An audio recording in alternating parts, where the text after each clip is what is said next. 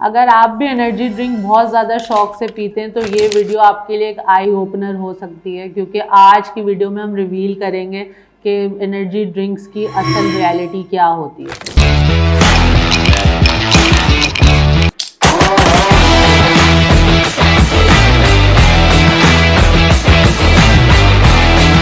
Energy drink सबसे पहले 1990 में यूएसए में सेल की गई थी और फिर उसके बाद अकॉर्डिंग टू स्टैटिस्टा अब इसकी मार्केट जो है वो 14 बिलियन से भी ज़्यादा हो चुकी है। और आपने अगर कभी नोटिस किया हो तो एनर्जी ड्रिंक्स जो है वो सबसे ज़्यादा बच्चों और टीनेजर्स को ही क्यों टारगेट की जाती है, तो उसका रीज़न ये होता है कि एनर्जी ड्रिंक्स को इस तरीके से मार्केट किया जाता है कि वो आपका फोकस और कंसंट्रेशन बढ़ाती हैं, जो कि सबसे ज़्यादा जिसकी नीड जो है वो अंडर 18 जो एज ग्रुप के बच्चे और टीनेजर्स होते हैं उनको होती है, क्योंकि उनके ऊपर स्कूल की पढ़ाई का प्रेशर बहुत ज़्यादा होता है, एग्ज़ाम्स का प्रेशर होता है, तो उनको ऐसा फील होता है कि अगर वो एक एनर्जी ड्रिंक पी लेंगे तो उनको एक इंस्टेंट एनर्जी का बूस्ट मिल जाएगा। यहाँ पे हमें ये बात जानना भी बहुत ज़्यादा ज़रूरी है कि एनर्जी ड्रिंक्स में और सॉफ्ट ड्रिंक्स में आखिर फ़र्क क्या होता है। एनर्जी ड्रिंक और सॉफ्ट ड्रिंक्स में जो फ़र्क होता है वो ये है कि एनर्जी ड्रिंक्स में कैफ़ीन की जो क्वांटिटी होती है वो बहुत ज़्यादा होती है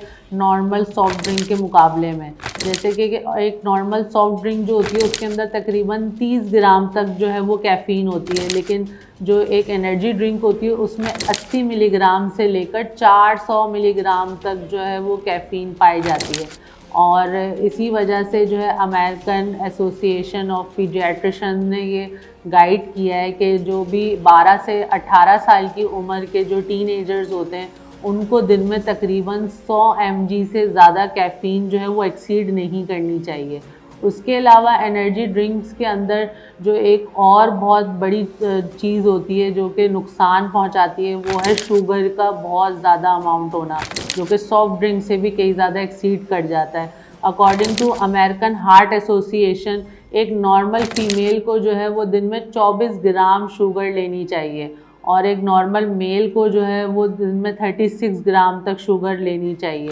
लेकिन जो एनर्जी ड्रिंक्स हैं उसमें डबल और इवन ट्रिपल अमाउंट के अंदर भी शुगर पाई जाती है। कुछ एनर्जी ड्रिंक्स में तो इवन 63 ग्राम्स तक शुगर जो होती है वो भी एडेड होती है, जो कि बहुत ही ज़्यादा हार्मफुल होती है और आगे चल के डायबिटीज़ का जो है वो मसला करती है और बहुत सारे इश्यूज़ क्रिएट कर सकती है। उसके अलावा जो इसके अंदर कुछ चीज़ें होती हैं इसके अंदर, जैसे कार्निटीन होता है जो कि एक अमाइनो एसिड होता है, उसके अलावा टॉरिन होता है जो कि एक अमाइनो एसिड होता है, वो इसके अंदर ऐड किए गए हैं एनर्जी के लिए। और वैसे तो क्लीवलैंड क्लिनिक के मुताबिक जो कार्निटीन होता है वो लाल गोश्त में यानी रेड मीट में भी आपको मिल जाता है और आप उसको नेचुरल सोर्सेज से ही लें तो ज़्यादा अच्छा है। तो और उसके अलावा जो है आपको नॉर्मल इसके अंदर जो एक और बहुत ख़तरनाक इंग्रेडिएंट होता है वो होता है डायमिथाइल अमाइल अमाइन, तो जो कि FDA के मुताबिक उसको तो मार्केट प्लेस में सिरे से होना ही नहीं चाहिए। एनर्जी ड्रिंक्स आपको वक्ती तौर पर एनर्जी बूस्ट तो दे देती हैं और आपका फोकस भी एकदम से इंक्रीज़ कर देती हैं, लेकिन उसके बाद फ़ौरन ही जो है वो आपकी एनर्जी क्रैश हो जाती है और आपको बहुत ज़्यादा थकान की फीलिंग होना शुरू हो जाती है। 2010 से लेके 2013 के दरमियान जो है US पॉइज़न कंट्रोल सेंटर के अंदर 5126 केसेस रिपोर्ट हुए एनर्जी ड्रिंक की पॉइजनिंग की वजह से, जिसमें से 40% जो थे वो बच्चे थे। और यूजली जो है जो American academy of family doctors है उन्होंने इस वजह से जो है इस बात पे बहुत ज़्यादा ज़ोर दिया है कि FDA को कोई ना कोई गाइडलाइंस जो हैं वो ज़रूर सेट करनी चाहिए एनर्जी ड्रिंक्स के हवाले से, क्योंकि इसके बहुत ज़्यादा ख़तरनाक साइड इफ़ेक्ट्स होते हैं।